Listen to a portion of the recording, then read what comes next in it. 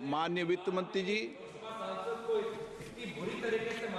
According to the economic survey tabled in Parliament on Friday, India's economy is likely to expand by 6.3 to 6.8% in 2025-26.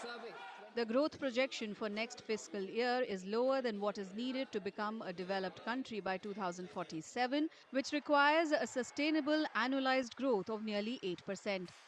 The 6.3% to 6.8% growth rate projection in the coming fiscal is the weakest since the pandemic. Viksit Bharat growth rate in respect of the nominal GDP growth in dollar terms that is required is around 10%.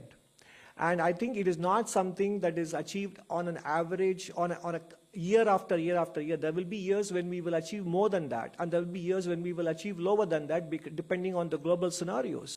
The survey said India needs to grow at nearly 8% over the next decade or two, and the investment rate must rise to 35% of the GDP from the current 31% to meet the longer-term economic goal of a developed nation by 2047.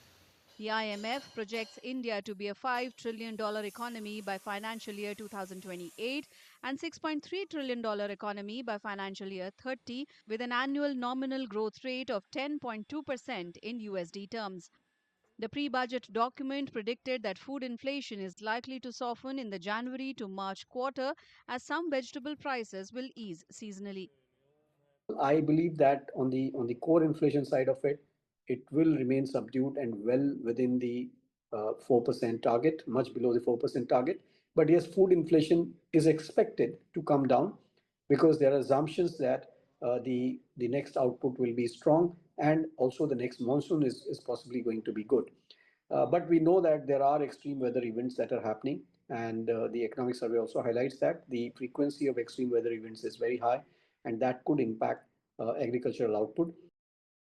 The survey said global growth is expected to be slightly below trend, with the services sector performing well while manufacturing struggles in some regions.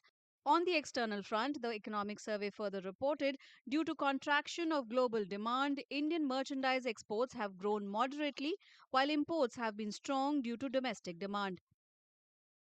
The economic survey also talks about reforms and the need for a strategic trade roadmap for India to navigate shifting global trade dynamics marked by rising protectionism.